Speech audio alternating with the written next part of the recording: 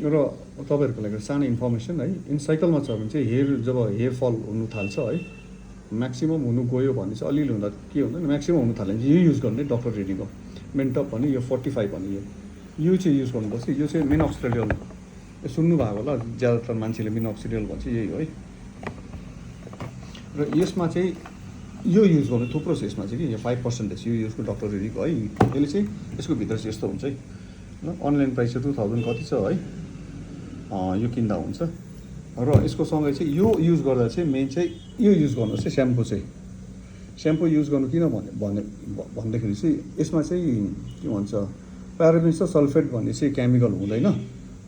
त्यसले गर्दा चाहिँ यो हेयरको लागि एकदमै, स्कल्पको लागि एकदमै राम्रो। योले हेयर ड्राई गरिसकेर चाहिँ यो चाहिँ हल्का ड्रप, यसभित्र लिक्विड छ है, यसभित्र लिएर चाहिँ हल्का हातमा लिएर स्प्रे गरेर स्कल्पमा जहाँ पनि हेयर फल हुने सम्भावना छ ज्यादा, त्यसमा चाहिँ हल्का यसले जेन्टल मसाज गरिदिनुपर्छ।